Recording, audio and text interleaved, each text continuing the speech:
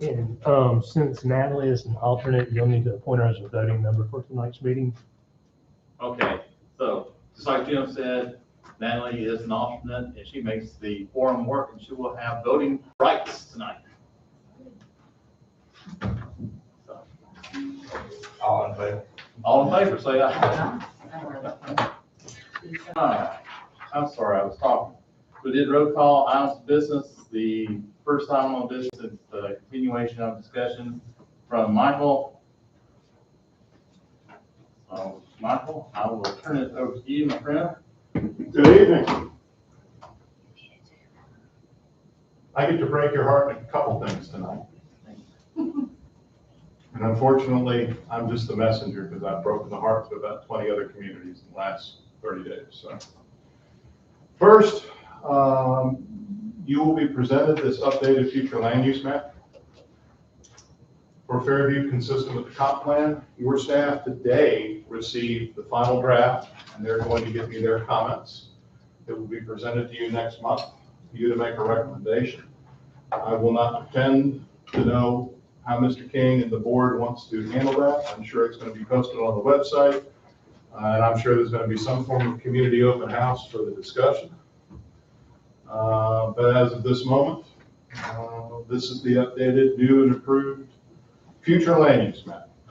I'm going to run down this as succinctly as humanly possible, and then answer any questions. Remember that you all had asked in focus to only establish rural land use category.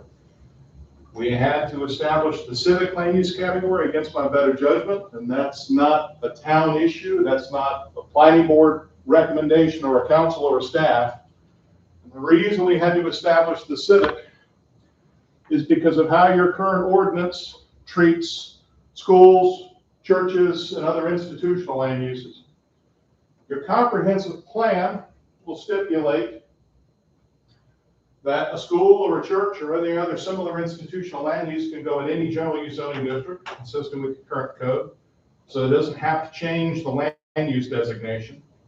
But my hope is whenever the General Assembly gets their heads out of their tuchus, they will correct the downzoning statute, because we had ultimately recommended to you all when we started this, and you all were in favor of creating a civic general use zoning district that would allow all institutional land uses to be in its own district. And I want to remind everybody why we recommended that and why you all were in support of it. Right now, civic land uses have to be held to the same development standards as the residential districts. You all were looking for flexibility. You can't be flexible if it's in that same district. You can be flexible if we create the civic district. Why didn't we create the civic district? Legally, under the current confines of state law, that's downzoning. And all due respect to Jen, who wasn't here, Ed and I did not want to have to go out in the community and try to convince them this was in their best interests until state law changed. Because remember, you can rezone property with the acquiescence of the property owner. But to be blunt, we figured that the most prudent course of action, and this was a conscious decision made by Mr. Humphreys and myself, prior to Mr. King's involvement with the town, was that we were not going to create the land use category, and we weren't going to create the zoning district. And then once state law fixed, Ed's original idea is that we would provide him assistance on how to tweak the land use plan. He would be handled internally so that you wouldn't have to pay another consulting firm several $100s. Not that expensive, but still, your local staff can handle it. Since we're not going to get anywhere with the General Assembly, and we get to talk about that in a minute, we are creating the civic district. The civic district is primarily for institutional church school land uses, but it's going to be permitted in every general use zoning district until we get the opportunity to fix your current ordinance. We're creating the downtown district as discussed. We're keeping commercial in the commercial areas as they currently exist. And obviously we're keeping employment manufacturing where you have industrial, which is here, and those general locations. We are creating at the request of Ed before he left. And no, Mr. King has not had an opportunity to discuss it or review it, but it's been in the plan. Catalyst areas. What is a catalyst area? It's areas of the community where the town is going to do additional study in terms of what they'd like to see in that area. So for example, you have several areas where you have employment, manufacturing, even commercial. You all are going to want to do a more in-depth study than you're going to be doing for this land use plan on how much more commercial you want in those areas, if any.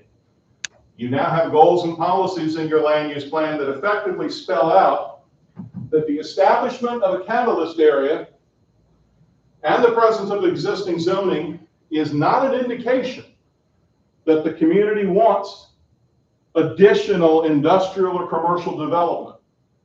You all are basically saying we want to do small area plans and study the area more closely before we commit to what properties we think could be zoned for non-residential purposes. So if this is adopted in its current form, you all will continue over the next few years to be studying those areas that are catalyst areas. And you as the planning board will be making recommendations to your elected officials. Does that make sense? And Mr. Harvey, Oh, come on, Jim. to add to that, for these catalyst areas, when you do the small area plans, you can add them into the existing comp plan as amendments.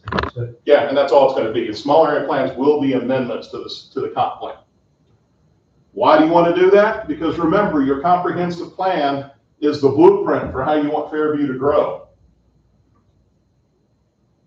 And it needs to be incorporated into the comp plan. The beauty is you have time to actually work more closely with landowners with the establishment of catalyst areas. And you can actually deliberate on what is and is not reasonable or acceptable. What about the ones that already exist? They're perfectly legal. The comp plan recognizes them, which is why we've created the commercial and the employment manufacturing land use categories. So all of the ones that are currently, like for example, I passed a church on the way here, that's already included. That would be civic, yes ma'am, and it's perfectly legal. The only difference between what I'm going to say the commercial and employment manufacturing versus the civic land uses, institutional land uses such as school, churches, etc., are still going to be permitted in every general use zoning district that you already allow. We're not changing that. We're setting the town up to, if they ever decide, based on a change in state law, they want to look at creation of a civic district, we're giving you the catalyst to allow that to happen. But this does not turn their land use into anything non-conforming. And no, to answer your next question, because I can hear somebody have it, you don't have to change the future land use map to allow for a church to develop. In my opinion, you should update it, but there's no responsibility for Jim if he gets a request for a church or a school to update the future land use map to make that permit a viable reality. I think every couple of years, Mr. King and his staff, all two of them, they do a great job, but all two of them would be updating the comp plan future land use map to make sure that land uses are captured. So the one I passed on the way here is not on here as civic, the church. It's on here as commercial. Okay. That is based on current zoning. So if you can send me the address. So, I mean, can that not be? It can. If you can send me the address, I'll update it. But some of the commercial location. The temple thing right there at the roundabout, right there, you know, where the guy grows the plants. Oh, the working farm. That's that thing Working right farm. next to it is a temple. Yeah.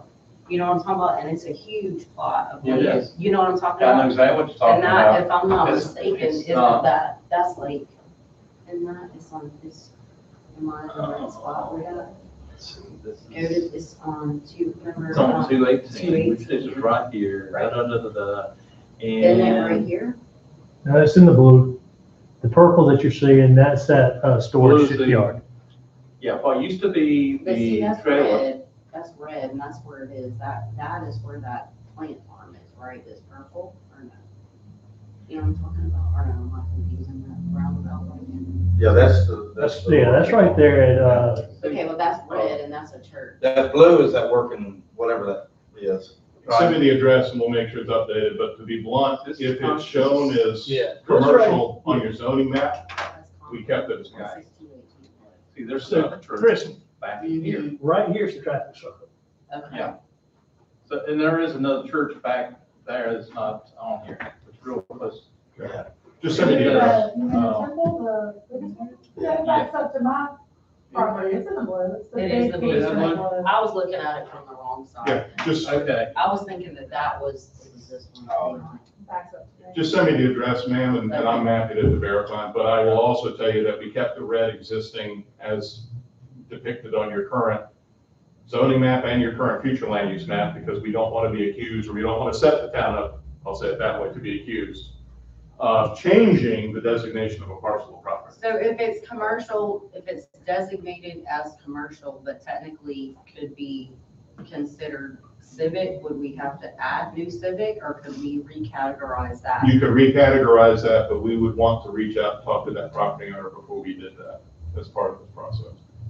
Because again, I'm not interested in creating a surprise for that property owner. like, Counselor Greenhouse is not on here. That's a commercial. Is it zone commercial? That I had not looked at, so, Because remember, your current table permitted uses allows for greenhouses in your residential districts. okay. That might be. They probably, yeah, it's probably permitted as a commercial nursery. And then the property that used to manufacture trailers is now being utilized to, Trucking. for trucking parking. Okay? I don't know if he got rezoned or not to do that. That property is zoned industrial currently. It is, So he can do that, Mhm. yeah, because it's something light industrial. okay.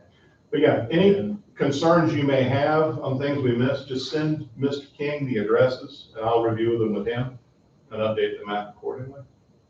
But if you have a current property, I will say this, I think everybody here understands why. If you have a current property that on your current future land use map and on your current zoning ordinance is listed as commercial, we need to maintain that commercial designation to avoid being accused of something we're not trying to do. Correct. So this is a draft tonight, or I'm just trying to This is the final draft. This find is, out yeah. from, This incorporates past comments and staff comments, yes, ma'am. for this, for our discussion. And your review. Okay, because the catalyst study areas, I feel like I don't remember them from previous maps. From the comp plan, it was spelled out in the actual comp plan itself, where we identified those areas. Okay. And so since just you all on agreed, that. and since you all agreed to the catalyst areas, we've now put them on the map. Oh, One of the things I know that was a big because deal, it's my house. I mean, my house was in a catalyst area, and so I remember that being. well, we just increased the value of your property. Well, it's just because a parcel of property is located in a catalyst area doesn't mean something's gonna happen to it. It just means that that area is gonna get a heightened level of review from you all. Just means that it can. And if I can interject, Mhm.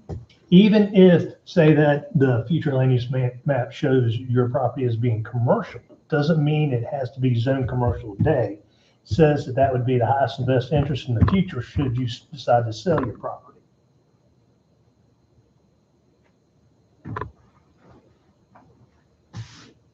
And that percentage, just so I understand, that percentage of all of these is based on the overall size, acreage of town of Fairview, is that? No, it's on what property owners have requested, or what your current zoning map shows it in terms of commercial location and area. Well, I mean, like civic and stuff like that, there's a certain percentage that has to be allocated, right? No. Based on this, no. No. This is just suggested for growth. in This general. is, Right. this is trying to maintain current land use to the best of our ability. Where you may have a church, let's say in a commercially zoned property, if that property is zoned commercial or was designated commercial, we're just maintaining the designation so we can't be accused of taking value away from that parcel. So the areas, circles of interest to study in the future, would that also include dense housing?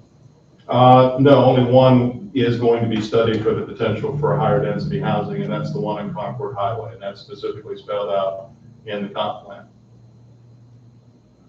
And the study evaluation is to determine whether or not extension of water and sewer is practical. If it's not, then you're not going to have high density housing. That's what the comp plan says. Where's it at on Concord now? It's right here, It's right at the Which is, town limits of Unionville. Unionville and Concord. Well, 601 in Unionville. Unionville is the gray, the very bottom of the sheet. That's where everyone concurs that if you're going to get utility systems, that's realistically the only area it's going to happen. Definitely the first. But even if utilities are extended, the standard in the comp plan is someone's going to have to come before the town and require and request a future land use map change before there can be any development inconsistent with the rural designation. Why would we even put that in our I land use? understand. I don't even, why We're we even not have to put that in there? Got a plan for the future, Fred, and while I respect your position, I thought it was based on a state mandate. My understanding Yeah. before was that it Before was it was based that, on now we're hearing, that it's. this area it's not conclusive for high density housing. It's just not. Even the North Carolina Department of Fred? Wildlife and Resources said. Fred, I made my recommendation, you all can change the. But this, comp the plan when I'm purpose of doing this, Michael, is to make it so that, we're maintaining what the citizens want, a rural area. And Nobody plan- wants high and density out to there. plan for the future. Nobody wants high density in Fairview. Okay. You may be mandated to do it, and I'm trying to give you the tools to be successful at it. So, just so we understand, initially, I thought that it was gonna be a mandate that was coming down. Yeah, from they the state, tabled that. 100%. That's We Yeah, there are Well, several bills preparing that for still that. do that. Can still, but we're saying like, so this is just strictly based on growth, right? This is not anything that's state mandated. I'm just trying to. Not yet. understand. So, Not yet, Not but yet. it But potentially. remember, the other issue that we brought up to you on numerous occasions is that I've got at least 2 clients under threat of federal lawsuit because they don't allow high-density housing in their communities. Well, And I need to give you a tool so that you can be successful if somebody makes that same allegation about you all. This addresses that potential problem. so let me rephrase it in a different way. Today, it's calling for low density residential. It's not calling for high density residential. What it does say though, is if somebody decides they want to do high density residential, the best place that the town should consider is that area in that circle. But before the land use map is changed, they got to come back before you. They got to present their plan of what they want to do. They've got to get your blessing on it. Got to go to the town council. They got to rezone the property, and with the rezoning, amend the future land use plan simultaneously. But if we recommend it in our land But use. we're not You're not recommending. recommending it. The only thing you're doing is establishing the study area to Is evaluate a small area plan. Is it in our land use policy now? Wait a minute, Fred, time out. We have to plan, not for today, not for next year, 10, 20 years from now. That's 10, right. 20 years from now. But our citizens have said they don't want high density. I don't, that's. We don't care about what they Okay, say. let me finish. You know what, And then- I can leave if I'm gonna be insulted like that. I'm not insulting you. I'm just Yeah, saying what the community. One of the man said that's what, that's No, I did not what you say don't that. care I what did the not residents say say, that. so I did not I say can that. leave. if I did that's not say what you that. want. Don't put words in my mouth, because I did not say that. This was presented initially, the last time that I was here, that this was going to in fact be a state mandated thing. And so I'm just trying to figure out if the new sections that we're putting on this map are in fact state mandated, or this is just projected for growth. It's gonna be projected for growth, and it will happen. It may not happen in my lifetime, because I'm old. Yeah. But we need the tools to make it, to work with something. When that happens, we don't need to be struggling, trying to figure out how we're gonna do it, what we're gonna do. They're gonna come to us and they're gonna request rezoning, Doug. That's how that happens.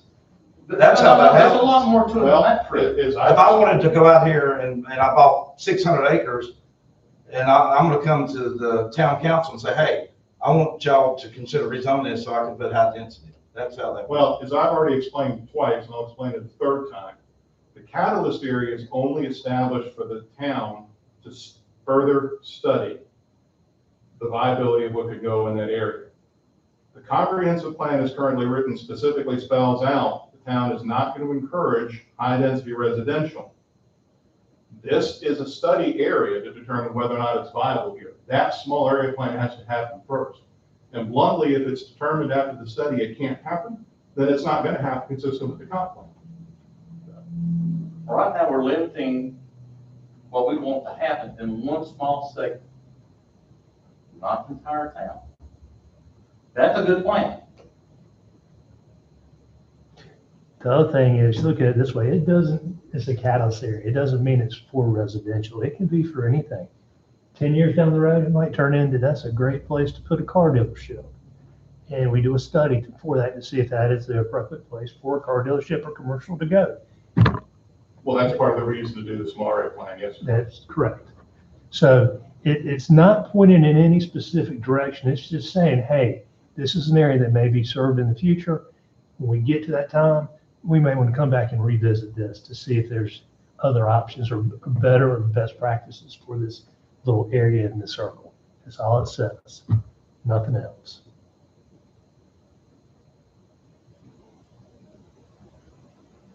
So the downtown area has shrunk from what you currently have designated, because I think everyone had agreed with me the last time and with Ed and Mr. King, because Mr. King had just started, that the current display on this map is untenable. It's not realistic. So we focused on those parcels effectively at the intersection. You've already got existing commercial there, which we kept as commercial, because one of the recommendations you all are going to be looking at is whether or not you want design standards in your downtown district.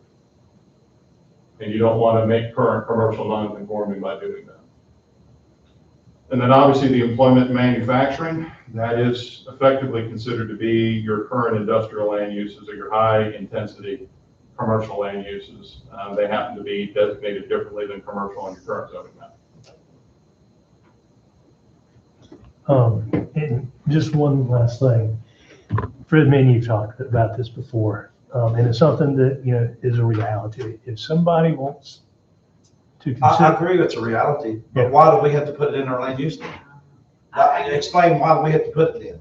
I mean, I don't get it. Because rather than have it go anywhere or everywhere in your It was community, as said the chair, as I and Mr. King have pointed out, you're focusing on one central area to evaluate whether or not it's viable. And when you determine, if you determine it's not viable, Fred, then you've got the tool in the toolbox to say, we can't handle multifamily. So instead of it being a community-wide issue, we're focusing on one central area to evaluate whether or not it's possible. How much land is there? I don't have the acreage off the top of my head, but it's not more than about 500 acres. the other issue, Fred, is anybody could come in and ask for rezoning. And by law, we have to give them the right to due process, which means we have to hear their case, we have to evaluate it, Right. we have to vote on it. And by going through a legislative decision or process, it gives you and it gives town council a lot more flexibility to turn things down versus going through a quasi-judicial process. Can I ask And Mike- another question about that? If there's not a mandate from the state regarding a percentage of all these different categories, I guess my question is this: how can anybody be sued when there was no requirement for that to begin? Well, what is with? shown on the map is what is existing today. So, I thought that blue, that's not projected, this isn't anything that's projected, the blue. The The blue's civic. not, the blue. The well, civic is what is projected for growth, right? This map is no, based Well, on, The no, blue civic- today- What's on here now is is what we current. have now. It's what's current, okay? We don't have any high density on the map. Now, I don't know if you would have it. Well, I mean, it just says future land use classification, so I'm assuming that just means that they're potentially, those are the areas that we would potentially consider changing, is that right? Yes. And we'll, that doesn't say we won't change another area that's not in the circle. Right. Right. So, but, one of the things I think is very key, you've got to have a set of guidelines in order to evaluate before somebody comes to you. If they come to you and then you make the guidelines, you will be sued. and also let me explain this too. This is not a regulatory document. This is a policy guide. It's to help you make decisions. That's it. It's not making decisions for you. Right, no, I get that. And I get the growth part, I'm just trying to understand. At first, it was presented like it was coming down as a mandate from the state, and that doesn't seem like that's the case anymore, so I'm It just still trying to could be the case, understand. that's the problem. Could be, Yeah. but that's, you know. Well, I'd that's- rather set you up to That's succeed subjective, than, right, not that's have you subjective, and if somebody's gonna get sued, if there's no mandate from the state, there would have to be some sort of You can sue for something anything. that's written People out can sue that you says, anytime, yeah. you can't sue somebody based on the fact that, there's They gotta be can sue some, for discrimination. I guess they could, but. Yeah, I mean, if we don't have a process in order to evaluate and just make it arbitrary, No, I get that. I'm just saying, opening up the But we different do have a areas. process, don't we? We do have a process already. And let me tell you this, will always be staff's position. If somebody comes in here and they tell me, I want to put multifamily right here, I'm gonna look at that land use map, I'm gonna say, you know what, that is inconsistent with our land use map. And because it's inconsistent, staff is going to make the recommendation to deny. What about they come here and say, I want to put a high density in that 500 acres, y'all said that. Right now, if we do right a small now, it's area not gonna be study, permitted. yeah, I'm gonna make a recommendation to deny it, Why? because we have not done a study in that circle. Because the comp plan, first of all, designates the entire area as still rural area. Yeah. You haven't done the study that the comp plan mandates. Well, then they could do a study. No, you're the ones that have to do the Yes. study. You have to, the town has got to initiate the study, And the study, you probably do one at a time. most likely. And then that could take a while. And typically, those studies are gonna take anywhere from 9 to 18 months, the ones I've done. Who does the study? It would be staff. Well, staff, and we'd also hire a consultant to come in and help us out.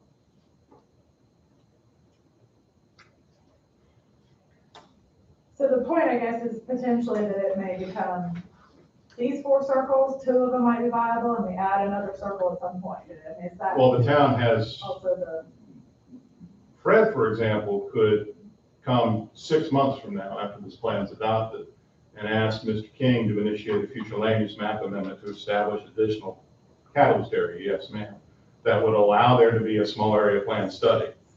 For whatever reason the planning board would like to recommend, it could be, for example, more commercial. It could be, even if you want to study lower density residential, your catalyst areas are there just to identify areas the town's going to continue to study long range.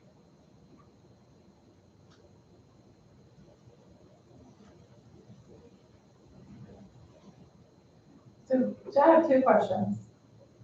One is, how are like farm buildings usually zoned? Like, are they zoned? Well, right now in your Yeah. community, farm buildings are typically zoned residential zoning designation. They're not a commercial activity. Not only that, but there's 4 key qualifiers, among other things in the general statute, but 168 D 903 is your agricultural regulations. And if they classify as a bona fide farm purpose, they're exempt from all the zoning regulations except the floodplain. So, but if they're like the, I guess this is the sod people maybe on the corner right here at Indian Trail Fairview and 218? Yeah, it's Carolina Green. Yeah, so they're running a business, so that's commercial. They're running a farm. It's a sod farm. So, but, They're exempt from zoning. Yeah, okay. right. Well, and not to put words in Jim's mouth, but remember, they're exempt from zoning only because the town chooses to exempt them from zoning. Municipalities are actually given a choice in North Carolina. Counties are not.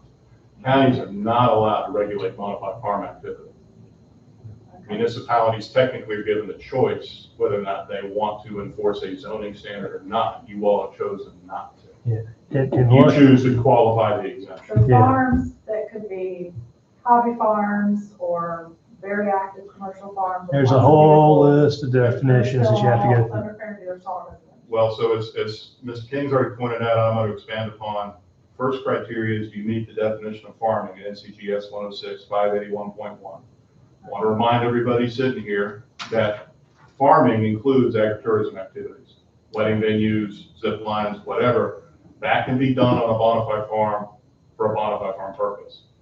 NCGS 160D 903 establishes 4 criteria that local staff can use, but the statute says further, these are only 4 examples. It doesn't serve as the panacea for making a final and binding determination. It's just the 4 examples the staff can readily use.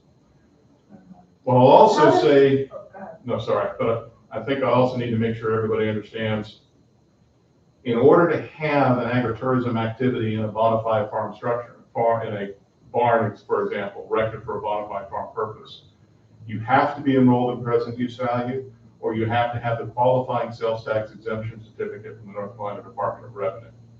If I'm a tree farmer, having a forest management plan with the NC Department of Forestry, I can't have a structure on my property supporting an agritourism activity. I can have agritourism activities. Somebody wants to get married on my property, I can pinch a tent and get married in a tent, but I can't erect a structure and claim, oh, this is a bona fide farm purpose, because you're a tree farm, you don't qualify. I guess I just, seems like there's a lot of more commercial activity that is Yes. depicted on this For map. 100%. Yeah, you also have to look at, what are they selling? Yeah. Are they selling cars, or are they selling corn? I mean, I'm Yeah. a farm family, I totally Yeah. get it. I just am curious. It's not included. Yeah, but we're not gonna change, not that you're asking me to, but No, we're not I gonna just- change the designation of farms to anything other than the rural. It doesn't make any sense to do that. I was just curious, because it just, I mean, there's a lot more commercial. Yeah. Um, And I agree with Mr. King, a lot of that is probably because of your current status on farm, or your current stance on farms. And I know I interrupted you, so sorry, I know you had another It question. may also point out that Town of Fairview was established in 2002. So anything that was pre-existing, it's recognized as being legal non-conforming. And by keeping it to RA 40, what it does is it eliminates their ability to expand. That was my other question. So anything, when we were incorporated in 2002, that, the other stuff is not valid in other words. If it was established prior to that, it was established pre-town incorporation before the town had zoning regulations. Therefore, it's recognized that it was legally established when it was established, but it's not conforming to the current regulations. What is grandfather clause of? Well, that's technically the grandfather clause, and not to quibble with you, Fred, in your word choice, but you establish zoning on an existing land use. That existing land use, I always argue, has effectively a common law vesting. And this is where I think your understanding of it works just fine, and you're right on the money. I can legally exist, and I should not lose my right to use my property for an established purpose because you've established this zoning designation on that. Yeah. But there are limitations to what I can and cannot do consistent with current code. If they leave and they come back, that goes away. And I know that because the person at the end of my road was doing that. They left and they put their business in another location. And they came back and said that we're grandfathered in and you can't do that. And there's a time limit to that, and it's typically 180 days. So So you can't do that. So that eliminates that. So Fred, you're the zoning officer, or Christie, you're the zoning officer. I run a tire shop in RA's own parcel of property. And I'm doing what I'm doing. You all can't stop me. I was here long before you all came along. I shut the operation down. I'm not doing any activity. There's nothing happening for a year. The only thing that can be reestablished in compliance with your code is something from within the RA general use zoning district. The new zone. Yes. And that's standard throughout the state They don't now. even have to shut down. They can just change locations. If they Yep. change and they run it out of a different location, the moment the 180 days expires on that current location with the grandfather, it's over. Now, to remind you, not that you like hearing this, I don't like saying it, there's at least 3 bills going to the General Assembly that change how local communities can do that. And it would technically expand it to a 2-year time period. Oh, wow. If the bill goes through. Bill has to go through. It's been stuck in committee now for 1.5 years. Yeah. That's how you kill something.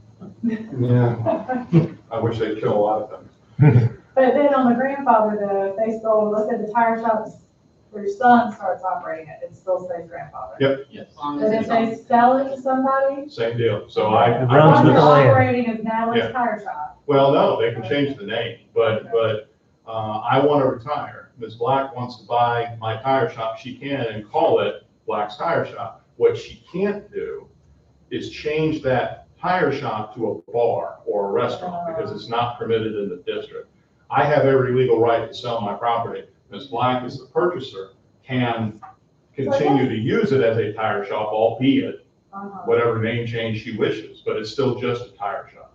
So I think that's kind of where I'm going with that is, it's hard to tell on this map if the catalyst areas or the commercial or whatever, because there's so much not depicted. Right. Yeah. And so like, I feel like there's areas that are very dense in more for-profit use, or whatever, you know, regardless of what the business type is. And so it's hard to tell, I mean, I guess without driving around, exactly where that is, and would that potentially be a different or better catalyst area, or That are Well, already if there. you That are already all- there, that- Right, instead of introducing. instead of new areas. introducing new residential areas to make commercial? Well, if you all want to designate additional catalyst areas, we can certainly do that. We picked the ones that we have been talking about. Now, the thing that I'll remind you that Mr. King pointed out, the town may have made a conscious decision in several instances to say that we're not zoning this commercial, we're zoning it residential, because it's a land use we don't want to see continue. We want it to phase out over time. So there was, in theory, potentially a conscious decision made in 2001 to do it that way. I'm not saying that that was the right way to do it. It certainly is not the wrong way to do it. You're not the only community that has done it that way. What I'm saying is that the catalyst areas,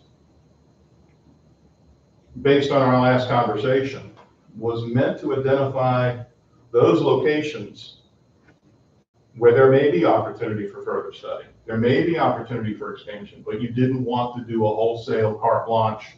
We're establishing an industrial park district. We're establishing a commercial park district. So you may get into one of these catalyst areas. And as Fred's pointed out, he's correct. We looked at all the properties. They're not viable. Well, guess what? You've done your small area plan. That's now part of the comprehensive plan, because the small area plan becomes part of the comprehensive plan. When you finish it, you have to amend the plan to include it, but it's all part of the comp plan. So now I come in and say, well, I don't want to rezone. And while I love your new setup, it means a lot more water. I want to look at this property here for an employment center. Well, you've all already done the small area plan, and you say, well, it's bad soils. There may be a water feature on it that's not shown on this map. And you say it's not viable. Well, when Mr. King gets that request, he's going to say, sorry. We have a comprehensive plan that calls it rural. We have a small area study that says it's not viable. Our recommendation is going to have to be no. Now, they're still allowed to pay their money and go through this process, but without putting words in Jim's mouth, the staff recommendation to you would be denial. You have policies in the comp plan that give you the ability to recommend to the elected officials it needs to be denied for these reasons. But we would incur the cost for that, or. No, We the would incur the operating cost for the expense. study. Where is What's that, Jim? We would only, if we did the study, then the town would incur the cost for the study. But we would have to do that in order to deny it, or. No, I Well, mean, you right don't, now it can be denied. yeah, it can be done right now, because it's showing it as being residential. And just because you initiate the study doesn't mean you're changing the current designation. It just means these are areas you want to study to determine is there viability for any type of activity. But until you amend the future land use map, the current designations remain the same, and that controls what people can and cannot do. You're just talking about marrying areas that already Right. exist. Yeah, I think Natalie's talking about that. There's areas on here that are not identified, and it would be easier to marry those areas together versus introducing new areas. That's- Is that what That was you're, kinda that's my- the way I'm understanding what Yeah. you're saying? So, Yeah, so- Like, for example, is that the Hagler, remember the place? It's the Hagler farm and all of that. Yeah, all that, For that example, we like, just expanded, there's isn't that tons where of that is? You farm just, stuff. just rezone that. Well, Right, the and- one and that we again, just it's a rezoned, farm. right? Isn't that what that is right there?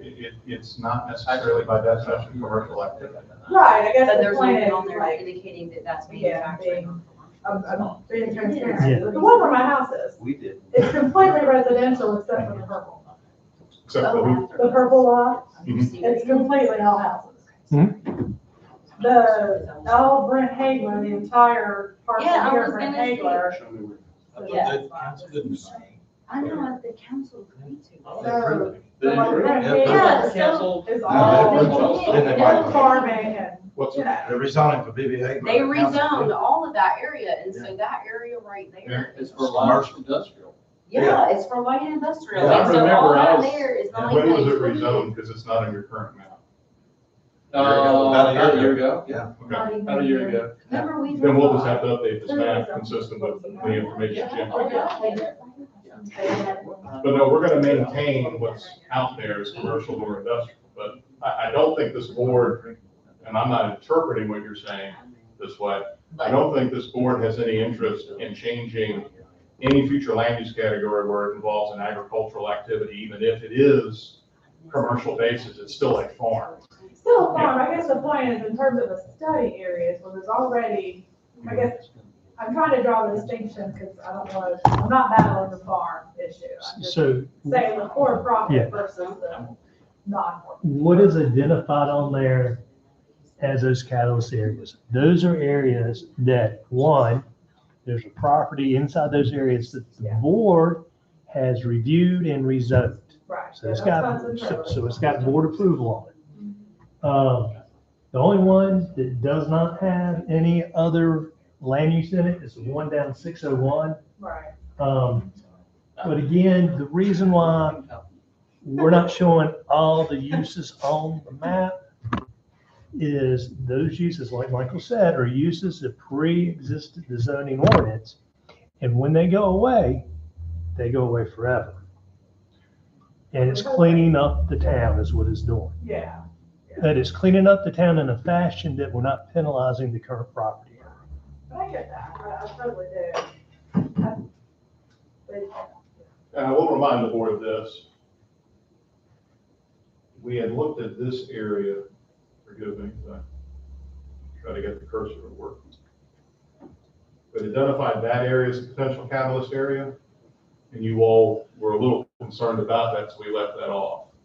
So you have an existing, I'll say, employment center land use in that area, but you all didn't see that as viable for serving as a launching board for additional development activity.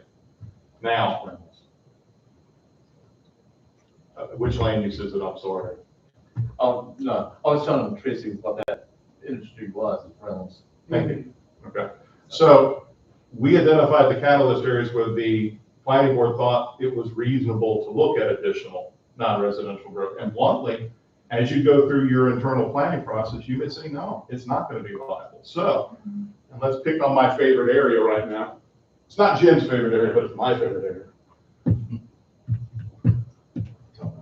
I don't know what your favorite area or not. Let's pick on this one right here. Right now, you have an industrial style land use and a commercial land use.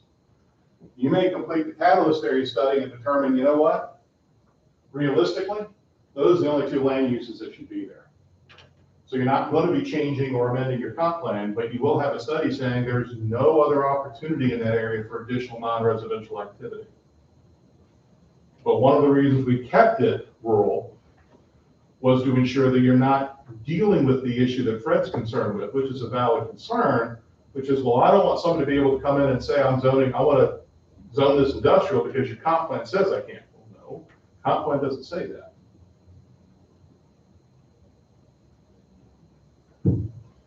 Now, why is there not a big catalyst area around the center of the town? Bluntly, I don't think that's what you all wanted, which is kind of what you have now. I didn't see that serving your need. So we just identified those parcels that you all have expressed some level of comfort. I'm not going to say you're all 1,000% comfortable, but some level of comfort to establish what we call the downtown or the town center area.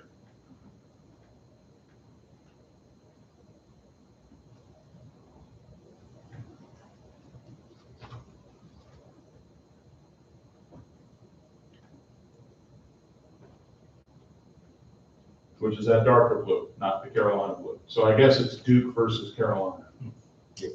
That was not a conscious choice. I'm not going to say it was. So there's no catalyst area there because bluntly, when we first talked about the idea, and it was actually originally branded as enterprise study zones, you all did not have a comfort level with this area being anything more than just, let's identify parcels that could serve as a downtown-esque district or downtown area. And you've got existing commercial activity, you've got an existing industrial activity, leave the rest alone, which we did. And to go to Fred's point, the further issue was nobody in this room, including the staff, thought that you were going to get any appreciable utility extension all the way up Concord Highway. It was just that one key area at the bottom near Unionville that seemed to be most logical for potential, which is why that's in the catalyst area. Oh, it's coming one day. Well, didn't they just run water to Hopewell, like at Old Dutch and 601? I mean, it just. No, I hadn't. I don't think so. No? I go up and down that road a lot. Yeah, me too. Well, they did run water up to the church. They ran into the church. To Hopewell Church, the new part. It's got Oh, okay, water, I'm sorry. water, no sewer. Yes, Yeah, they ran. yeah, they ran down to Hopewell, which is water. You're talking about the new Hopewell But, Yes. Yeah, the the new church Hopewell itself. on Six- 601. Yes. I thought they had one. 601. Which property are we talking about? So they extended the water church line on another 601, Hopewell 200 feet or Bay. so. It's a big blue on the right. Is that it? That's Old Dutch. Now, Yeah. Okay. no one- I'm just trying to get situated. They ran I into didn't, her. I didn't see water. I mean, See, water runs the length of Did they run 218, sewer too? Yeah. so they had to run water up 601, Or just water? just water. But the presence of water does, well, sorry, that's not fair for you to say it that way. The presence of water is only realistically a third of the battle. Yeah. 2/3 of the battle is septic, or septic versus sewer.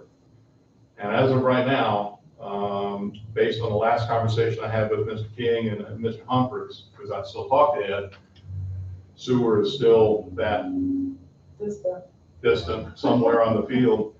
But by establishing the catalyst areas, you only have one catalyst area right now that you're going to study to see if it's viable, and you may determine it's not.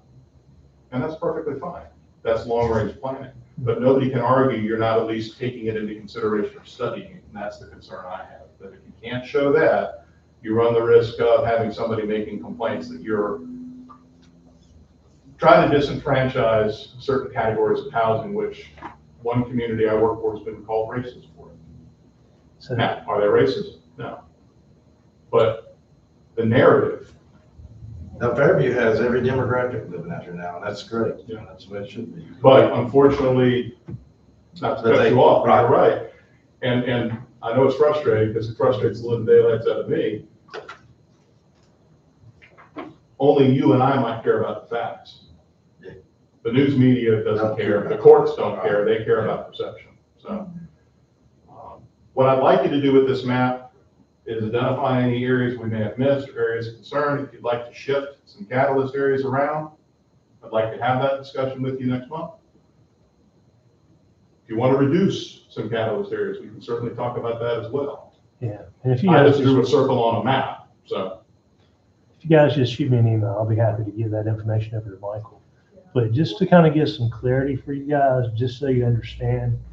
So the county right now is at 98% capacity for sewer. To put it in perspective for you, in order to get our sewer plant expansion, we had to get to the state, had to do a study, we had to get state approval. All this started back in 2016. They've just got approvals, they've gone out with the construction documents. To the best of my knowledge, it still has not gone out for bid. It's 10 years in making just to get to the point where they can hire a contractor to start building the thing.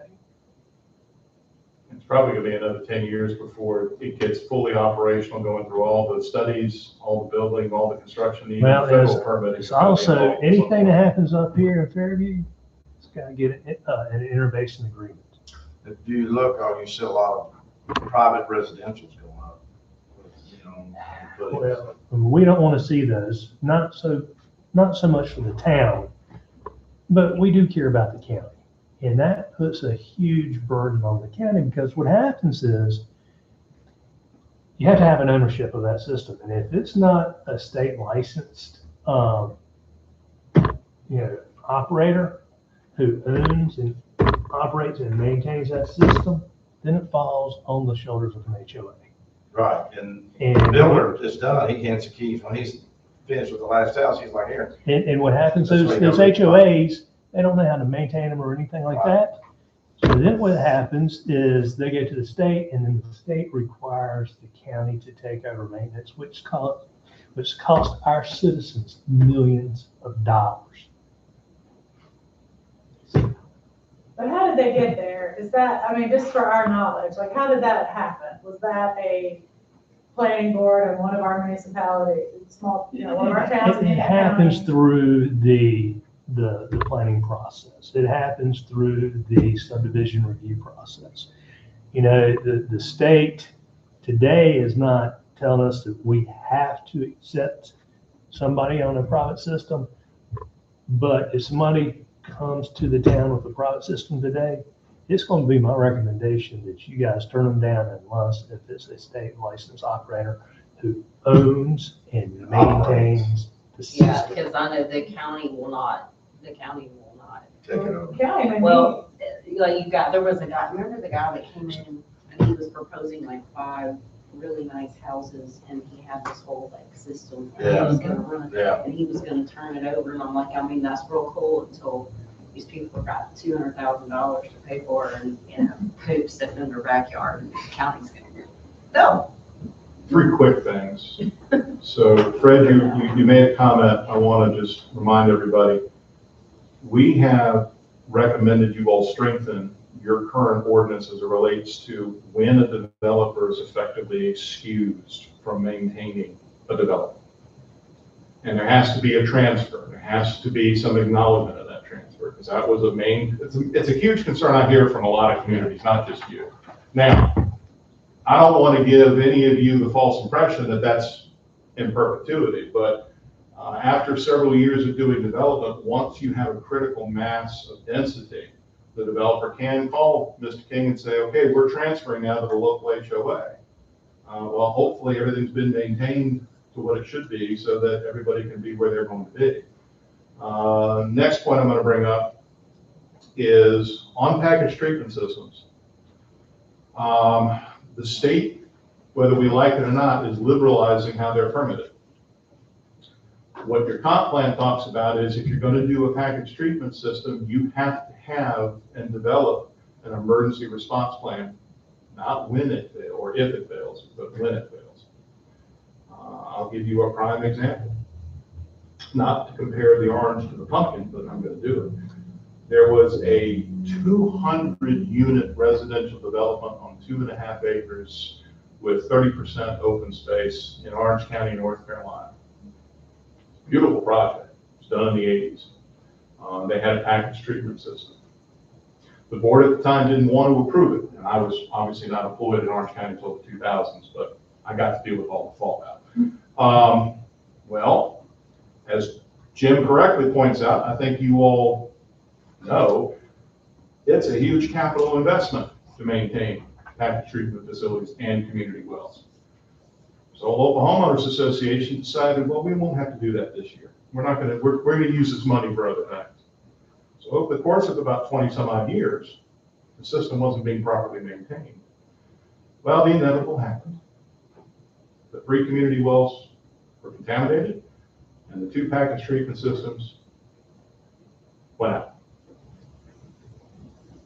Orange County was forced to amend its comp plan to allow an emergency line to be extended by Durham to serve this community. Now, Orange County didn't pay for it necessarily. The community did. But it had to amend its comp plan and change its rules because the county had an obligation under current state policy to ensure that people have the reasonable use of their property and a viable wastewater treatment system and potable water. And it's not enough to say, well, the septic truck can come by once a week and pump. That's not viable. So I get it. I think we have policies in your comp plan to help avoid some of that. But I back Jim up when he makes the statement, some of that unfortunately starts becoming inevitable if state law continues to change the way they've been changing. Could we put in a performance section in the treatment plan such as your VOD less than 0.4 parts per million? I think what you're going to hear from a court of competent jurisdiction is that that is the sole purview of the state environmental health division, and you don't have the authority to regulate that. Would you agree that a court would defer, probably say, well, DEQ says it's fine, they're the responsible party? Yeah, and that's way over my head, so I mean, are you wanting to come in and regulate it for us? Oh, Yeah. no, it's over all that. It's too mean to. Oh, come on, Fred. I have faith in you. That's a tough one, ain't it, Jim? Well, we built a garage, like a separate garage a year ago, and the county required us to do a septic inspection as part of the permit. It's because of the location of the garage, to make sure that it's not interfering with the current or the, for the current system or the, repair area. But they made me sign had to be a 1-year contract.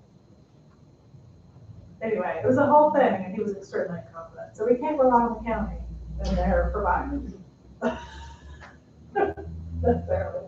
It was my experience.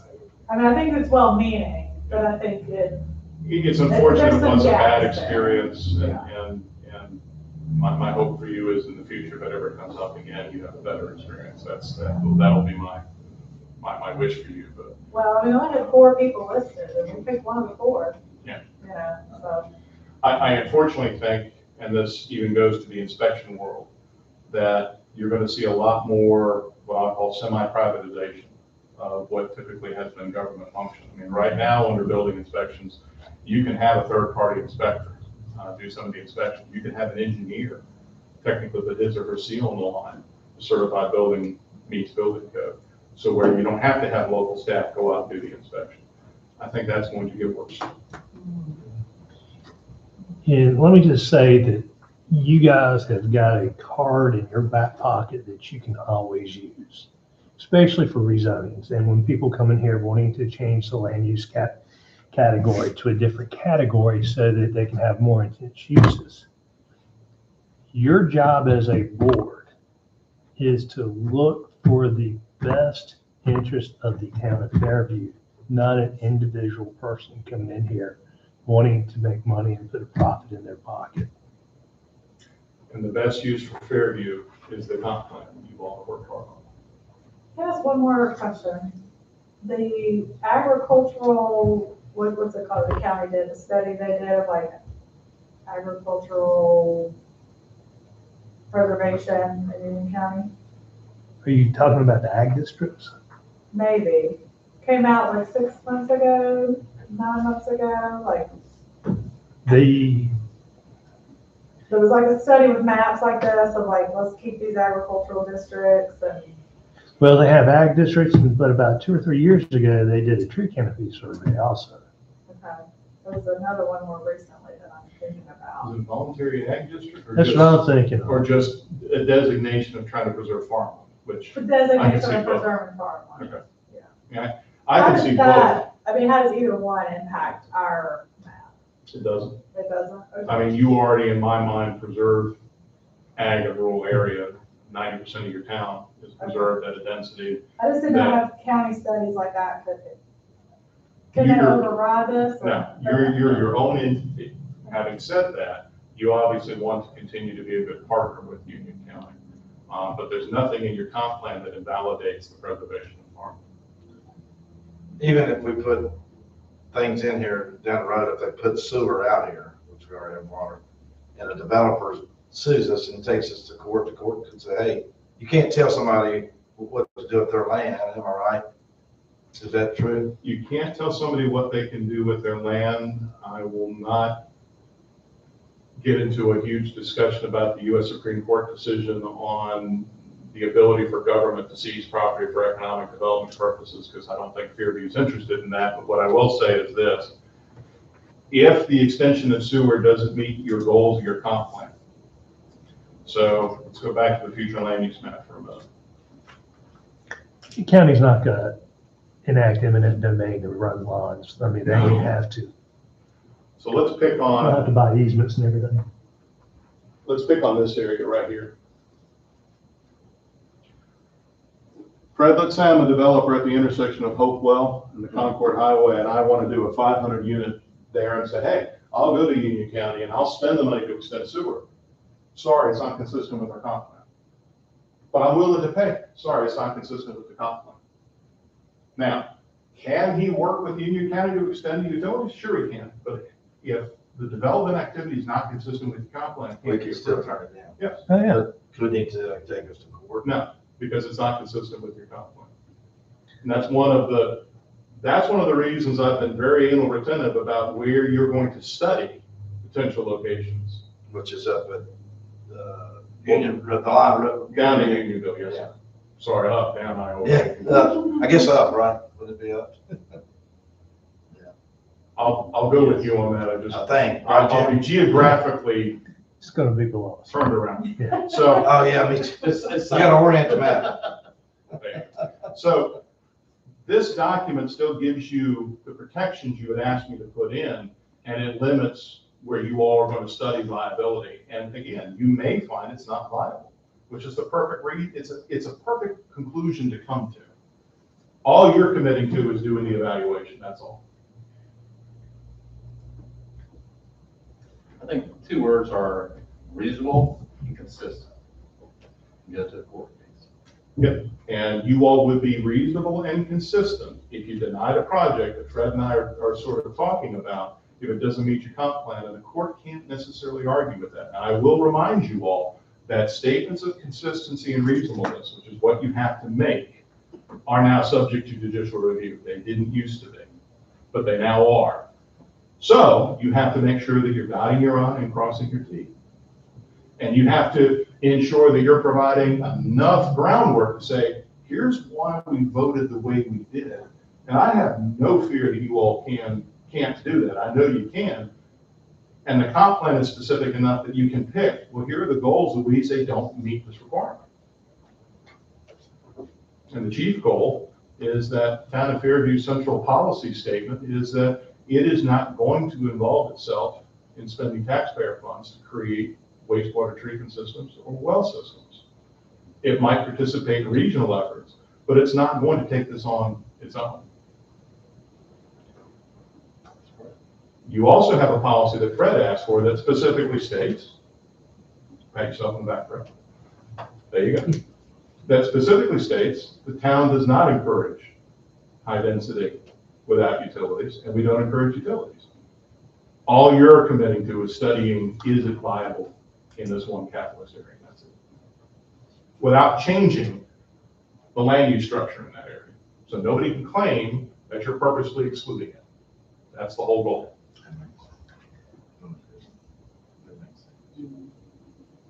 Just one last thing, sorry. As I think about, property owners wanting to sell or move on and, they want the most they can get for it.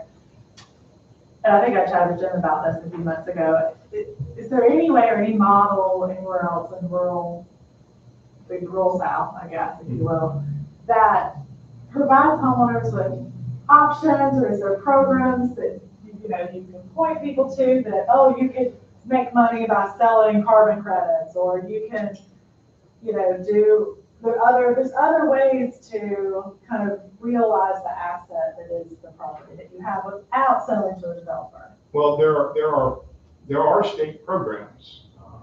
We worked with several people, Orange and Durham counties, to establish conservation easements where you get a tax benefit. And it basically puts the majority of the property in a conservation easement, meaning it's not subject to development. You can establish a conservation easement to offset carbon credits. The problem is you have to have a willing partner to do that. And that willing partner, I dare say, with some fear of contradiction, is going to be able to pay you X, while a developer who desperately wants to do a couple hundred units in your community or in your area can pay Z. But if our land use plan, so like, we were approached for this on a parcel over here on Hopewell Church for the carbon credits. Mhm. Well, the land use says I can't sell it to a developer and put 300 houses on it anyway, but. Well, you can sell it, you I just can can't sell do it, it. You just can't do it. Right. So then, But that's What's the deal between the breaker? developer and the Right. town. But then the deal falls through, so I'm saying, what can I do with it? How can potentially we as a town or the county, probably not, but just, I guess, trying to give people options because I guess when they come and they want to sell to X, Y, Z person, and they can't, or the developer can't do the plan they want, how can we give them another option so they're not so upset, I guess? I don't think that's a role of the town. Tell I somebody. think resource provision is a role of the town, to provide resource and information, and it. I think not so much the town, but I think it goes back to the state. Because there are programs already in place. Well, I think it's just And then- helping point them to those resources. The other problem is the town had very limited staff. Well, I agree, yeah. They can't- I they think can't it do is a everything. flyer. Well, that's a huge. Yeah. So, I mean, I'm not saying Just coach give- them through it, I'm just saying, Well, we could basically say, hey, coach them through, say, yeah, go investigate with the state and Right. see what other revenue sources you can have. One of the craziest lucrative things is having lease your land for a cell tower. yeah, Those things, they pay a lot of I money. do pay a lot of money. And Do we allow the sales towers? I thought we did. now, the nature of the business is changing quite dramatically. Yeah. So I don't think, in 10 years, it's going to be a rare occurrence, in my humble opinion, where you're going to see a tower 200-300 feet in the air. You're primarily going to see cell companies wanting to work with DOT to see about locating a 40-foot repeater station in their right-of-way that you don't get to permit, but they have an encroachment agreement with DOT. Mhm. And that's where I think cell service and the internet service. That's what is they're gonna doing in be. Charlotte, they're putting So, them on your power pole, your light post. All I'll say is this, I think that it's perfectly reasonable when your staff has time, because I'm not committing them to anything, obviously, but they can have a section on the website saying, here are opportunities you can investigate. But the chairman's right, the city doesn't pick winners and losers. It's Right, realistically, and it's the same thing that Ed and I talked about, and Jim and I get to talk about here soon. We provide webpage data and webpage links for flood programs. It's a service and Focus provides. Ed asked us to do it when we get towards the adoption of this project. So we're going to work with your staff for a half a day to update your website to actually create a flood zone landing page where here's everything you need to know about flood planning. And it's going to have links to FEMA. The problem is it's a conscious effort for the staff every once in a blue moon to make sure all those links work, because they can be broken. Oh, yeah. And I found that out the hard way on at least 2 different occasions. But that can happen, but obviously all the town is doing is putting a brief description and then links, as the chairman suggested, saying, if you want to investigate this, you can. But ultimately, you as a property owner have to. You gotta do the work. Not that you're saying they shouldn't do the Agree. work, but yeah, they really need to be the ones trying to decide what's best for them. I guess my point is the more we can keep people from getting so upset on whatever plan that may not work out, the better for the town and staff, and which isn't always feasible, but No. you can redirect people sometimes. So as you all are looking at the flume, please get Jim your comments.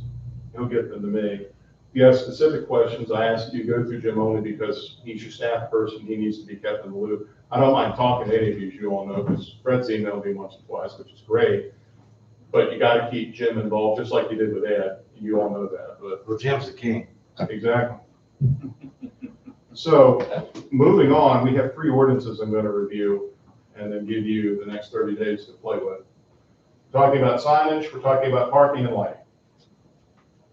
What are the big changes to your sign ordinance? Well, first big change is we are adding a findings section to ensure consistency with Reed v. Gilbert. That's the U.S. Supreme Court decision about a town in Arizona that effectively said, you evil local government people can only regulate size, height, and location setback.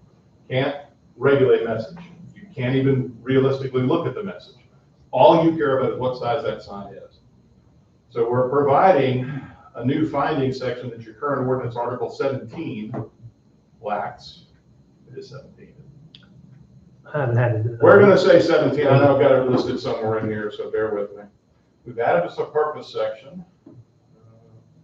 We've also added in the footnotes all the various court cases that kind of led us to this stage of sign development. And it is Article 17, footnote 2. Your ordinance encourages the effective use of signs.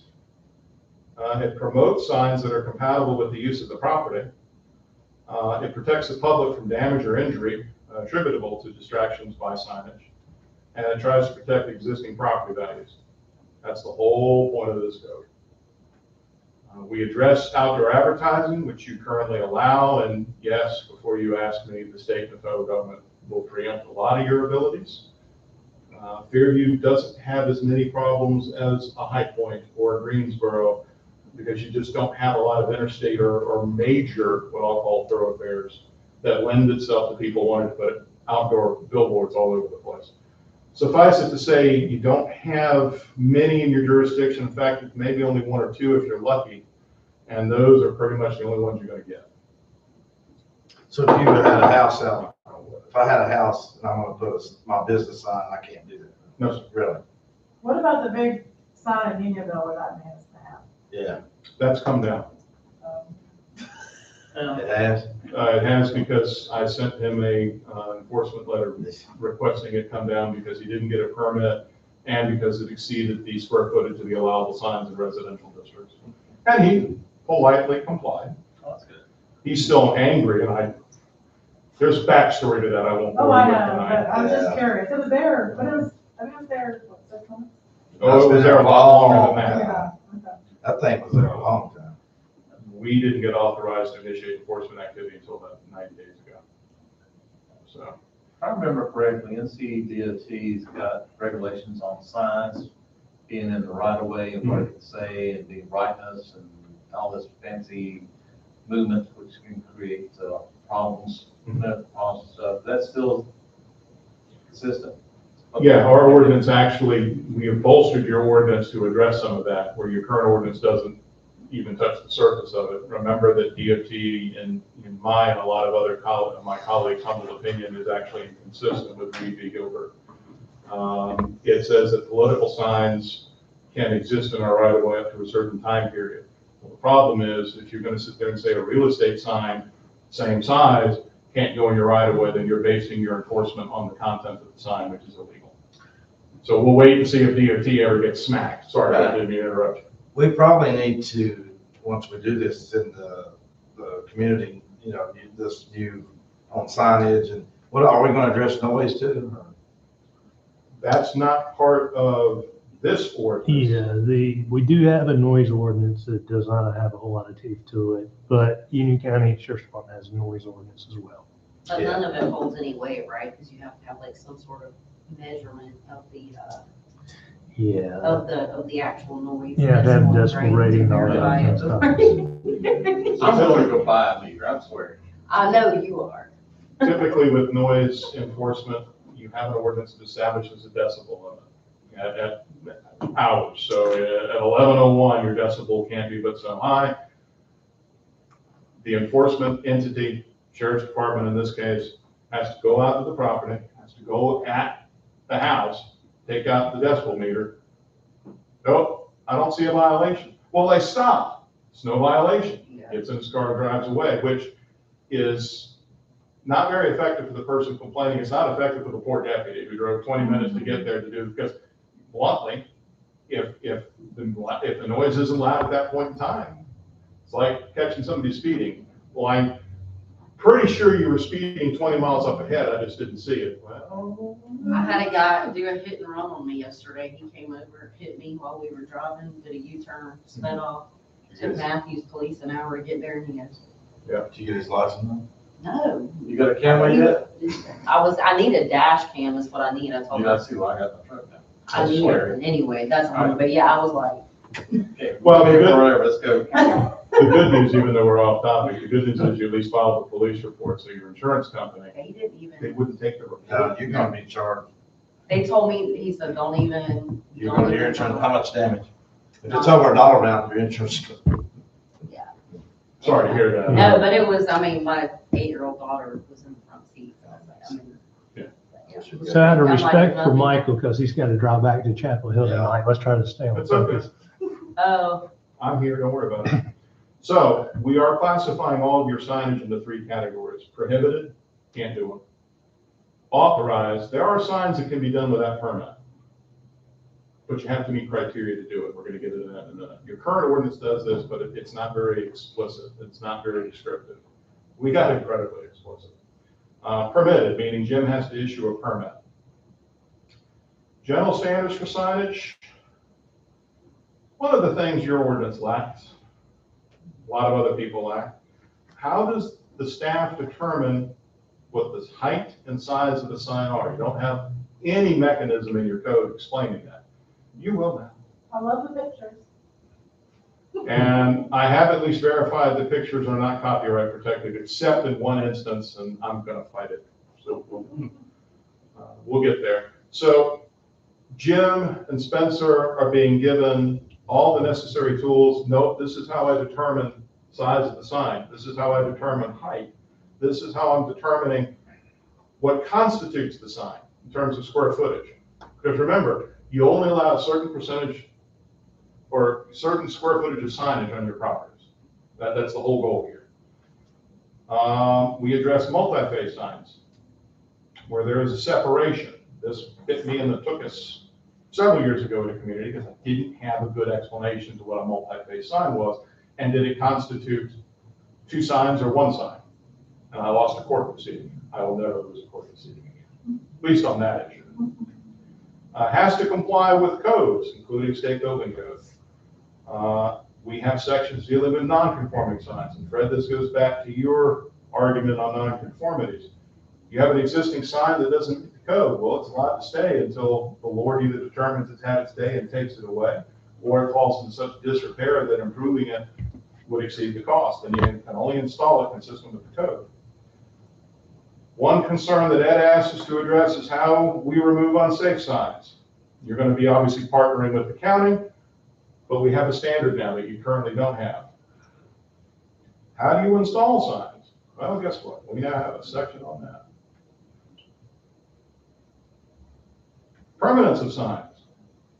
Projections into the right-of-way. DOT loves me for this.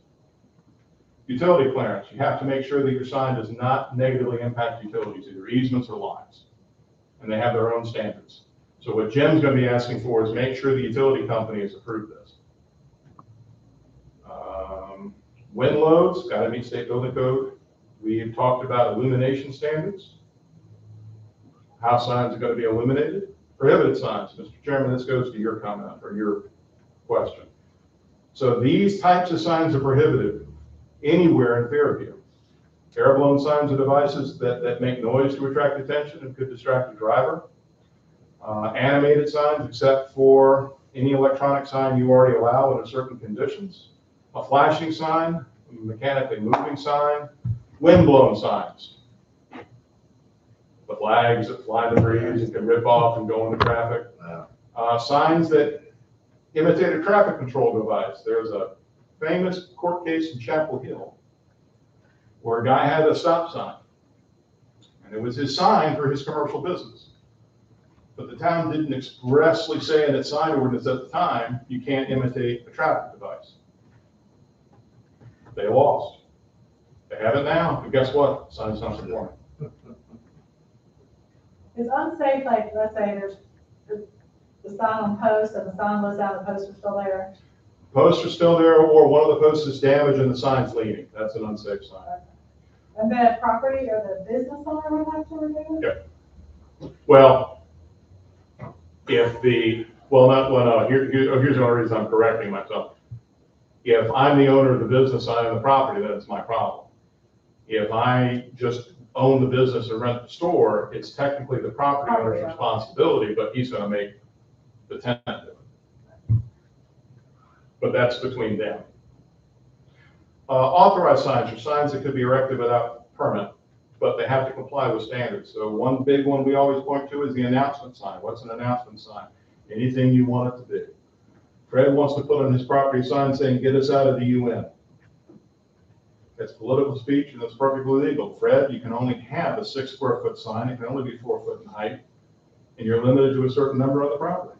Can't just totally post signs all over your property. Announcement signs do include political signs. Fred wants to put up 3 signs for whatever candidates he wants. He can do that as long as it meets the square footage requirement. Doesn't need a permit from Jim to do that. So if I want to put up Jim King is king, I could put that up. Yeah. Yeah, as long as it's not more than Putting up 6 square 3 feet in area. Yes, sir. I'm sorry, I interrupted. Oh, you're fine. How about, the visual at an intersection itself, and then the side triangle? Yep. There's a maximum height that used to be 30 inches. I don't know if you're going to have that in this or not. Not in signs, it's actually in general code where you can't have structures in the site visibility triangle. Is there a time limit on any of these signs? Like do we designate temporary versus permanent, or? Give me an example of what you're thinking. I guess the announcement sign or something. Like a baby, just like a store with a baby. Or like store opening. Just something or like that, but that's closing gonna be sale, temporary. or- So some of those signs are regulated from a non-residential standpoint, but when it comes to a residential standpoint, we typically don't establish a time Right, frame. because that's temporary. Yeah. I'm not gonna keep it up. But no, some of them do, but some of them don't, Right. and that was done on purpose. And you gotta go for the Christmas lights. They leave them up now all year long. Why not? Directional and safety signs, that's where you're traveling on the Target or Walmart property, and it's park here or exit or drive through, it's directional or safety. And no, we're not regulating handicap signs for parking, that's regulated by the state building code. We regulate flags with a couple caveats, which we'll get to. Historical or memorial markers, they're allowed in all districts. Typically, you're going to see the state erecting those along the highway to identify historically significant areas. Menu boards, we establish limits on menu boards for commercial because it's only permitted in non-residential districts. So the Bojangles can't have 6 outdoor menu boards, can only have 1, 24 square feet in area. Why is that important? Because there's always a speaker attached to it, and that speaker just drives everybody crazy. Bear with me. We would allow a mural so long as there's no advertising material. Real estate and construction signs are handled. That's where we get into some temporary, Natalie, some temporary standards that are going to be in the code. Vending or ATM machines, typically we're not going to play with those as much. Windows, we only say you can cover 25% of your window with the sign. Why? Because the window's meant to allow people to see in and out so that people aren't surprised. Lights, decorations, and somebody brought up holiday lights that are temporarily displayed on dates around holidays. If I get more explicit than that, I think I'm setting you up to fail, but that's something Jim can give me comments on if he wants a specific date for holiday decorations. So somebody's parked Griswold all year and driving their neighbors nuts, this would say you're not around. Yeah, it's not around the holiday that it's intended for. Now, here's the problem.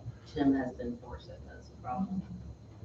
Well, yes, number one, that is true, but number two, I'm the homeowner and say, well, this is now an Easter Right. montage. This is not, I mean, at some point it gets ridiculous. Yeah. You're not the guy in Apex that erects a 50-foot tall fake Christmas tree and sits in his driveway and plays Santa to all the kids. and who got arrested. And I will let your mind wander as to why.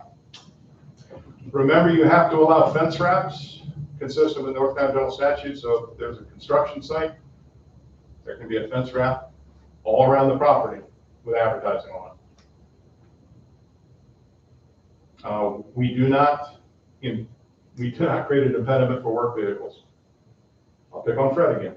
Fred owns a plumbing business. The fact that Fred drives his truck home does not mean that he has signage illegally on his property. It means he's got a work truck. I mean, come on. Yeah, sometimes you have to regulate common sense, I'm sorry. That doesn't really work. You sign it on one property and then they just leave it to the ground cost, Yeah. door down, so. Yep. So we have specific language in your ordinance that you currently don't have, which is not a problem. We just need to have it. Dealing with flags, remember general statute was amended to establish you can't have a size limit for the federal or state flag unless you do a study. Is that how Camping World does it? Yes, now, in fact, it was the Greenville, North Carolina, not the, I want to say Statesville was in a long-term lawsuit with a camping facility that had a large American flag.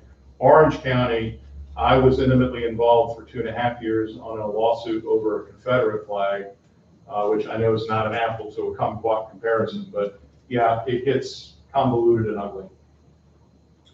So if Jim does a study to prove that there's going to be a public safety hazard, then yes, you all can regulate the size of the American flag. I don't anticipate you all going to do that. And I don't anticipate why you want to do that. But there is now an exemption for the state of North Carolina and the U.S. flag. We have established flag limits. This is not, again, the American flag, but any flag you want to put on your property. Corporate flag. Here are the pole heights and the max size area. Now, why do you want to enforce a pole height and tie it to a size area? The only good thing about the Confederate flag that I had to deal with in Orange County is it was too big for the pole. They kept breaking the pole because of the weight, and because it was so big, it never flew because it was too big for the pole itself. Had the pole been higher? Yes. Would have been fine. The big change, and I hope you all like it, because there is going to be just a small sense of pride and authorship. And forgive me as I get there. Everybody okay with the graphic examples? You still have a chance to look at them, so I'm not. I think the pictures are very. You don't have to sit here and say, oh, well, we had no. I come next month and Fred wants me to change a picture. That's not a big deal. Or Ms. Black wants me to do something a different way. That's not a big deal. But here's what we've done for you. So, freestanding pole sign, we provide a sign example, and all your regulations are located in one central section. Currently in your ordinance, there are 4. You want to talk about setbacks, you got to go to this section. You want to talk about size, you got to go to this section, Article 17. You want to talk about landscaping, you got to go somewhere totally different. So we've consolidated all these standards into one central section. And first, we're grandfathered what's already here. well, first, yes, with a caveat. Here's my caveat. We're not necessarily making grandiose changes to the size of allowable signage, so I don't think we're going to be creating violations. So I don't see that as a huge problem. But yes, ma'am, to kind of put it in practice and in perspective, if there is a technical issue, it'd still be a legal sign. We've established multi-tenant sign standards, which you currently reference but don't establish. Wall signage. And then I'm going to show you the sign I think I'm going to have to eliminate, and it really upsets me. Projecting signs. You're probably only going to see projecting signs when you start seeing some serious development in your downtown areas. Okay? Awning signs is going to be the same thing. But it's a percentage of the awning. I know I'm boring you all, and I'm sorry. Marquee signs, how we do marquee signs. Canopy signs, we're limiting it to 8 square feet, so the gas station over here can only have 8 square foot of total signage on each canopy sign. Gas pump signage, same deal. There will not be a non-conformity created with that. This is where I run into trouble. Outdoor advertising, it meets your current code, but that picture's probably copywritten. I like the vision. I can actually do that. I may have to come up with something else because I don't want you all accused of something, but I like it, I'm keeping it for a while, until I have an attorney tell me I'm wrong. So is the organization generally okay with you all? You're comfortable with the organization, you like the tables explaining Yes. signage? Yeah, I like the visual. So I'm gonna have you all look at that, give me your feedback. Jim's already given me some feedback. Unfortunately, in his version, some of the graphics got scrunched up. And that'll be resolved when we get you all PDFs of the document. Outdoor lighting, I think you've got half a paragraph on lighting. And you effectively say there can be no light trespass. You can only have 0 amount of lighting in a property line. Yeah. That's not practical. The other problem is you have other provisions of your code that contradict that 0 rating. So Jim and Ed and you all, first of all, what's the purpose of the outdoor lighting ordinance? Is public safety. It's to ensure that people can see what's going on but are not blinded by lights. So everything has to be fully shielded, meaning there's an aperture in the light source that makes sure that the light is pointed down instead of in the vertical. It applies everywhere. Single-family residences are exempt. That's where I got, for there personally, I had a guy on the corner Mhm. put 2 huge LED lights in the top of his tree that, I don't know what the wattages were on these things, but they came down 3 lots, which is roughly 600, 500 feet. It was bright. Since, he's not very bright, he cut down the trees, eliminated the lights, which was great. But, I like what the Union County's ordinance has, which puts a maximum height to the lights of 20 feet. And it also talks about the elimination of 0.1. Okay. We can certainly put that in the code. That's not a problem. Well, the county, it says for the residential properties are exempt. Well, yeah. True. On the commercial side, you can actually have limitations. Mhm. And it's 20 feet, and I think there's another one that's 15 feet for type of situation. And I think. But what they do is it gives you pole heights and it gives you setbacks for those heights. Yes. So if you're set back 15 foot off the property line, you cannot exceed 20 foot in height. If you exceed 20 foot in height, then you have to do a photometric study. Mhm.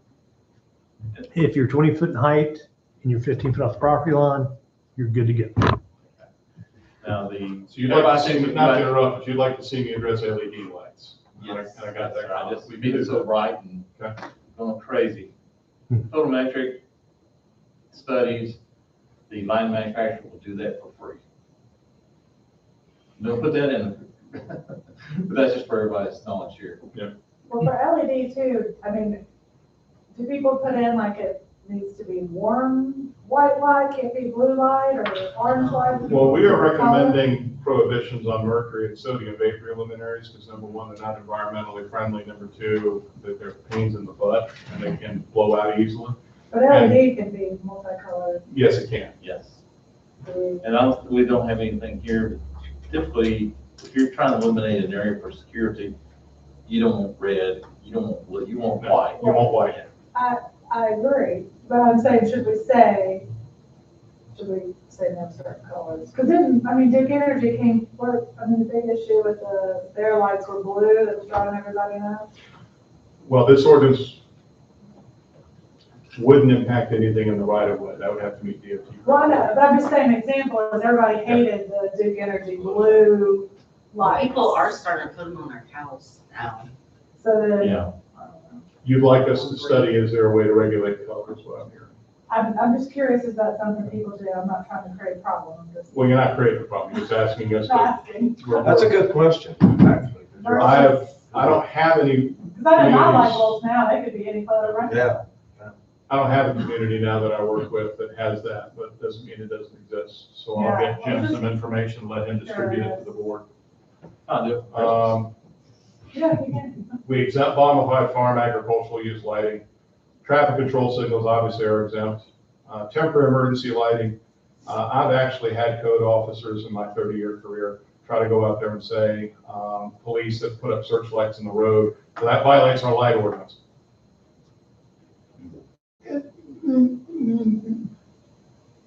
No, it's exempt, so I don't even let that go. Celebratory lighting for seasonal holiday observations, 60 days. Security lights. If it's motion control sensor, we don't really want to play with that except to say it can't go more than 15 minutes. Now, is Jim really going to be up at 2 in the morning on a parcel of property timing? No. But if we get documentation, we get evidence, then Jim does have the ability to say it's a 15-minute time limit. Coming from the electric industry, we had to remove the word security before the lights Okay. and call them outdoor lights because somebody sued saying that they should have made the area. More secure? Yeah, yeah. Okay. So I'm just Good throwing point. that out there, but I know that's nitpicky, but it became the only reason I know this, years ago, we had to literally go in and change it inside our software where it did not say security lights and it said outdoor. We might just say. Or motion- yard lights, Motion they're Yeah. either We might one. just end up saying motion lights. and be done with it But that way. anyway, that's being nitpicky, That's- but just It's not being nitpicky, But- it's you bringing your Yes. real world experience to the You never table. know. like, I mean, like Union Camp. I'll be honest with you, Michael, and reading the light ordinance, everything is good to me. The only thing that I had a concern about when we had the issue with the county was wall packs. Wall pack.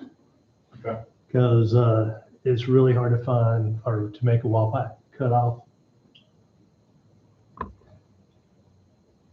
So people are having to design shielding to put around it. Okay. I will get you some language on that, let's talk about it. Okay. So wall lights, wall packs. And I don't know the specifics, but the beach, Holden Beach, and I think Ocean Isle have done a lot around like illumination too, because of all the sea turtles. So Yep. it does a lot of limiting on like Light super noise, bright, yeah. yeah, light noise. We have prohibitions, so I'll pick on Natalie now since I picked on Fred enough, I think. Natalie, you can't put a searchlight at your commercial property and shine it in the sky as a way of attracting people to your business. You can't operate what could be construed as an emergency vehicle light to attract attention. That also is prohibited. Lights that are flashing, pulsing, moving, rotating, flickering, that cause or change in intensity of color, except for emergency lighting, is prohibited. So yes, the fire department, the police department need their sirens and their sign and their lights flashing, but you and your business don't need them. So we do require a lighting plan, and that has to be prepared and sealed.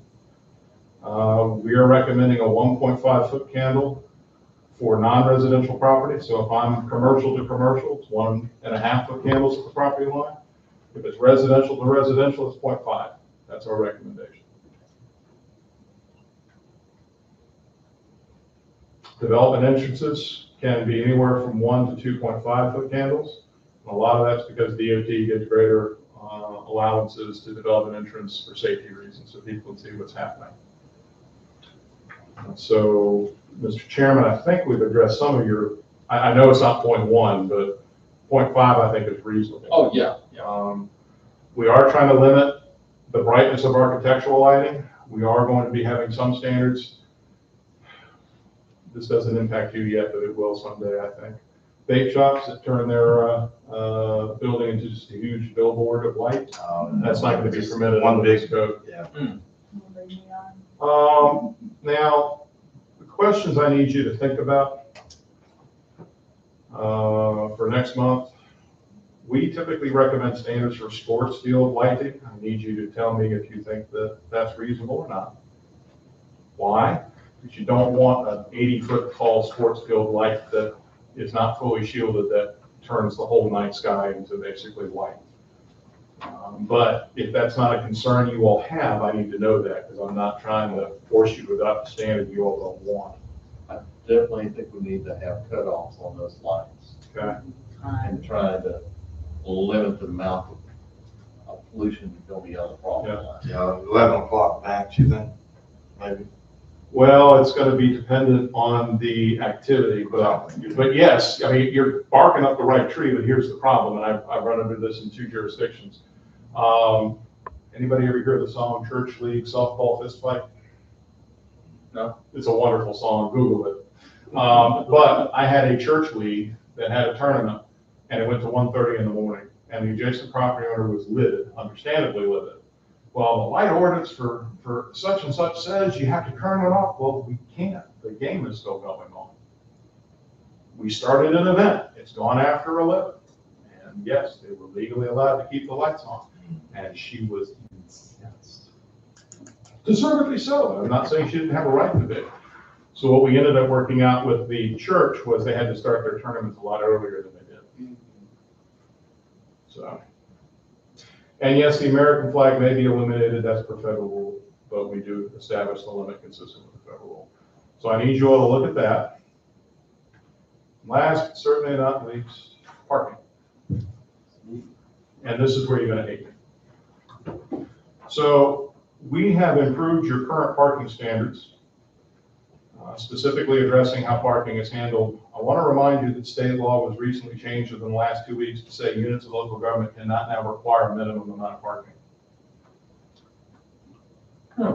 So your ordinance, like every other ordinance in North Carolina, says your restaurant has to provide 1 parking space for every 100 square foot of restaurant area. That's the minimum requirement. You can no longer do that. So how we've structured your ordinance is you're making recommendations. Anytime you have parking, Town of Fairview recommends X. Jim cannot deny the site plan if it doesn't meet those minimum requirements. But what you can still legally do is enforce how that parking lot is constructed. You can enforce where it goes on the property.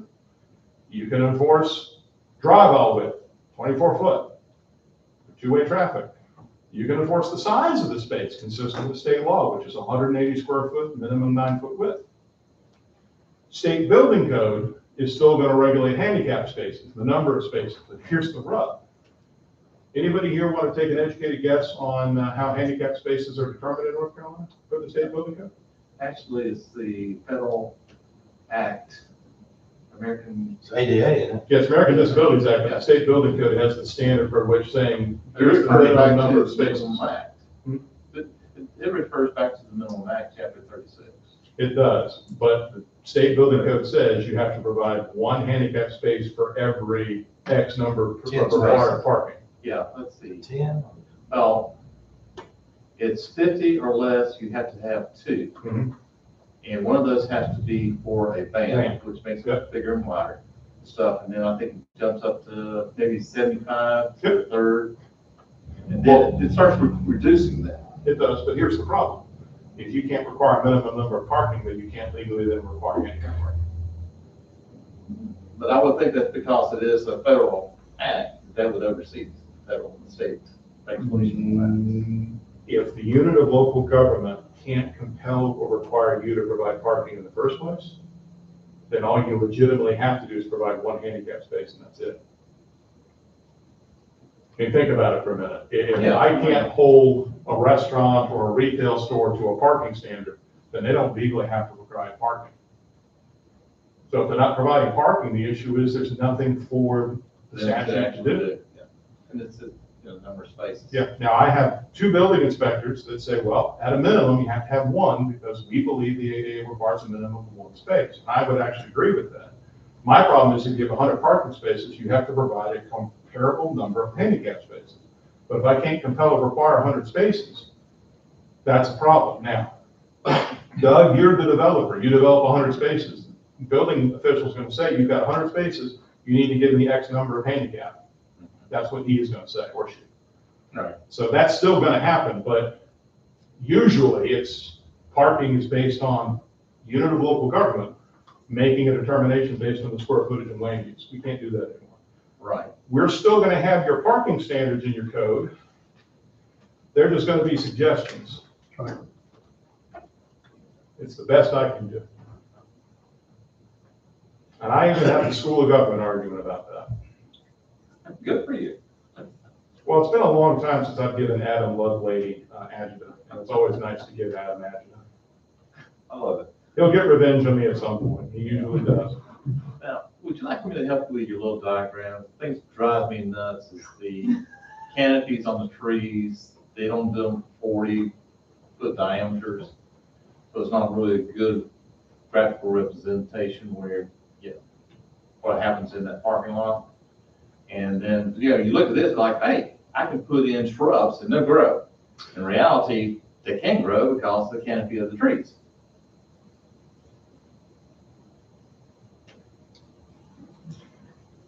I hear what you're saying, and yes, we may use your services when we get into the landscape ordinance, but as this graphic was stolen from your current ordinance, and it's only meant to depict location of parking, I hear what you're saying, and let me get to the landscape ordinance, and we'll talk more about it, and maybe there is opportunity for you and I to work together on that. I don't have a problem with that. I didn't realize our current ordinance has bicycle parking as a requirement. No, ours is, we're adding that, we're asking you to comment. Yeah. We have drive aisle widths that your ordinance doesn't necessarily spill into with a nice diagram.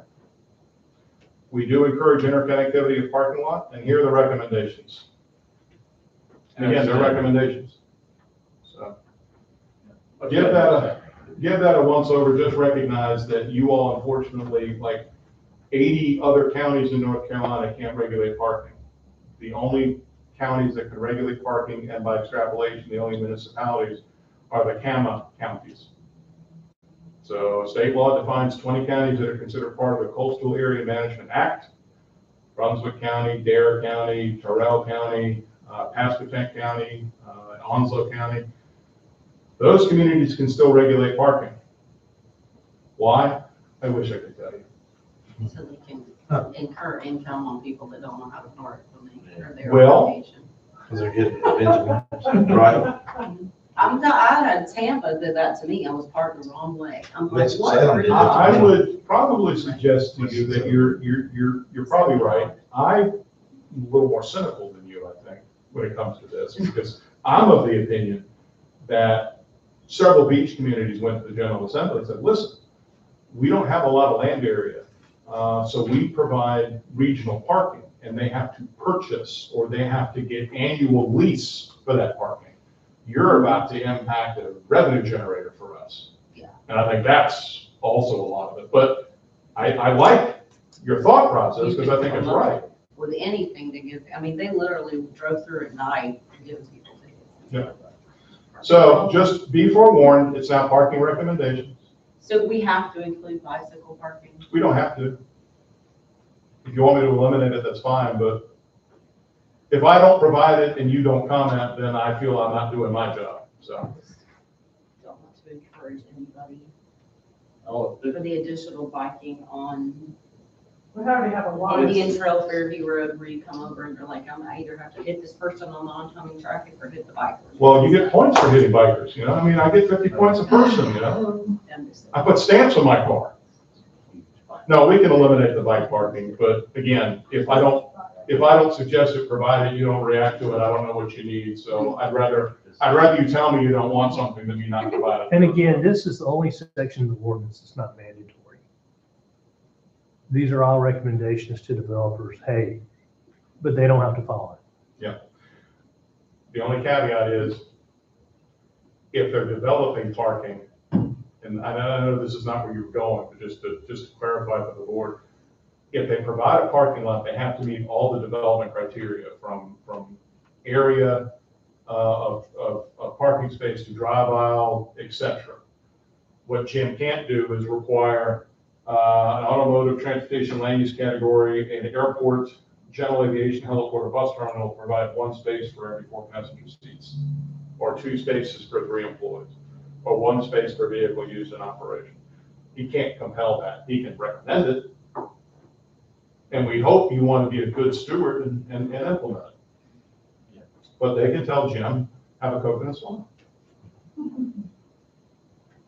Thank you for your attention. Thank you, sir. Always a Comments, pleasure. questions?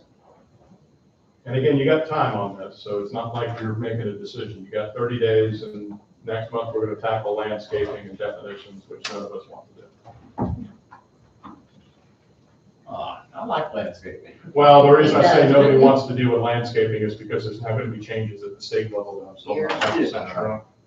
You're the only one, you do love the landscaping. Thank you all very much. It's always a pleasure. What was her name that was here before us that was the landscaping? Oh, what's her name? The old, Yeah, anyway. you know. Let's continue on here. Okay, the next thing on the agenda is approval of minutes, which you have a copy of that. If you haven't read them already, please do so. Make a motion to approve. Do I have a second? A second. All right, all in favor, say aye. Aye. Aye. Okay, so the minutes of April 21st is approved.